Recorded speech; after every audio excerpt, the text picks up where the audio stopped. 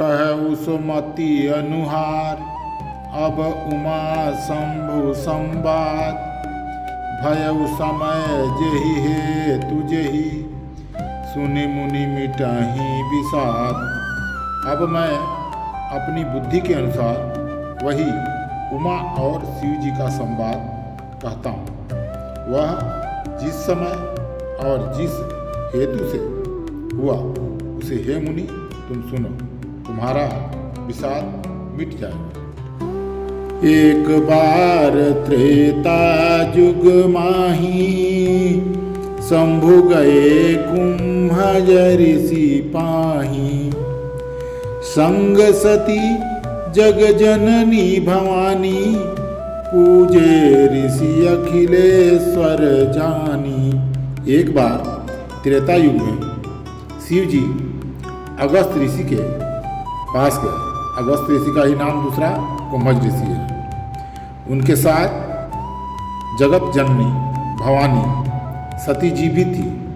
ऋषि ने संपूर्ण जगत के ईश्वर जानकर उनका विधि पूर्वक पूजा किया।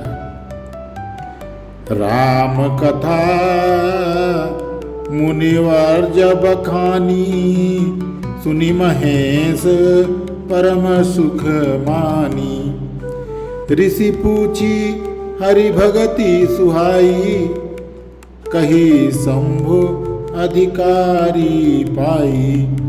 मुनिवर अगस्त जी ने राम कथा विस्तार से कही, जिसको महेश्वर ने परम सुख मानकर सुना। ऋषि शिव जी से सुंदर हरि भक्ति पूछी और शिव जी ने उनको उनका अधिकार पाकर रहस्य सहित भक्ति का निरूपण किया। कहत सुनत रघुपति गुण गाथा, कछु दिन तहाँ रहे गिरिनाथा। मुनि सन विदा मांग त्रिपुरारी, चले भवन संग दक्ष कुमारी। श्री रघुनाथ जी के गुणों का कथाएं कहते सुनते कुछ दिनों तक शिव जी वहाँ रहे।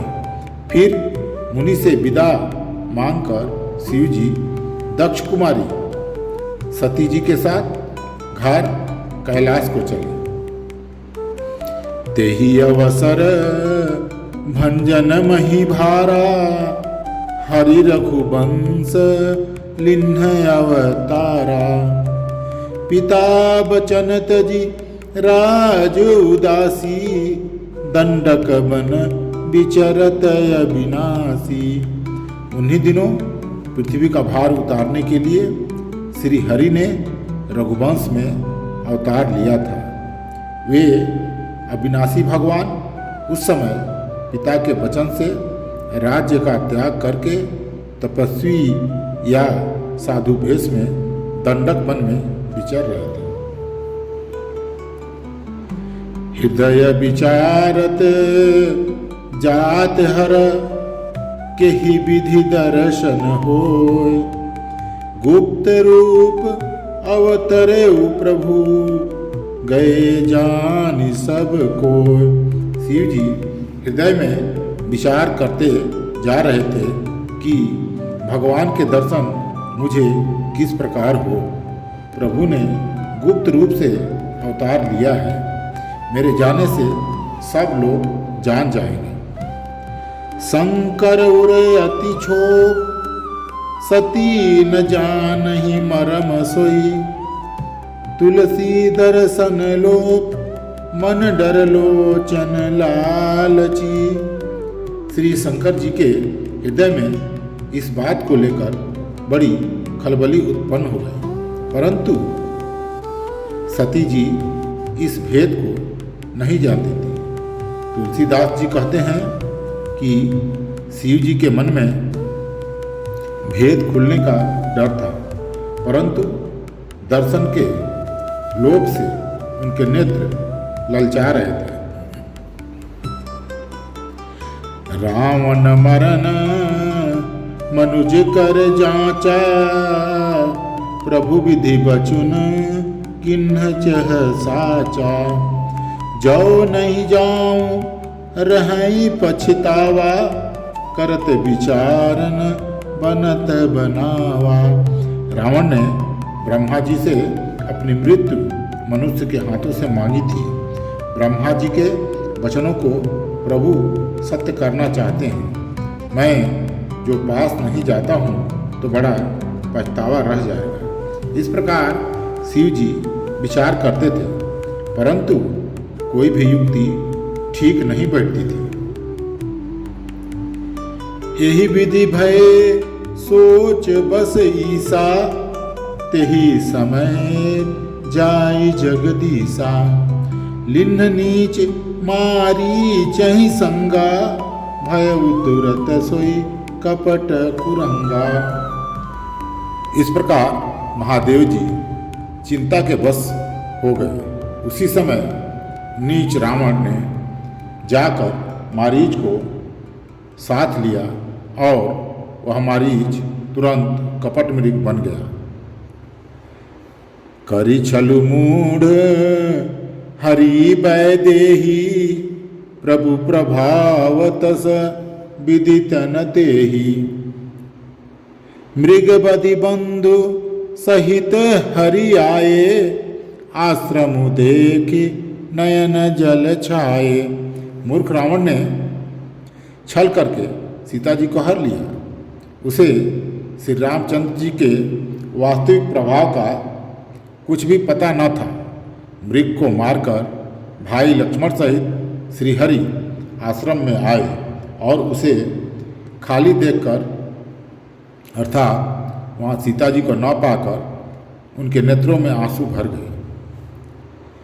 बिरह बिकल नर, बिरह बिकल नर, इव रघुराई, खोजत विपिन फिरत दो भाई।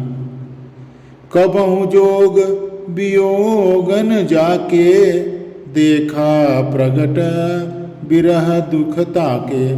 श्री रघुनाथ जी मनुष्य की भांति विरह में व्याकुल हैं और दोनों भाई वन में सीता को खोजते हुए फिर रहे हैं, जिनके कभी कोई संयोग वियोग नहीं है। उनमें प्रत्यक्ष विरह का दुख देखा गया। अति विचित्र रघुपति चरिता, जानहि परम सुजान। जे मति मंद मोह बस, हृदय धरहि कछुआन।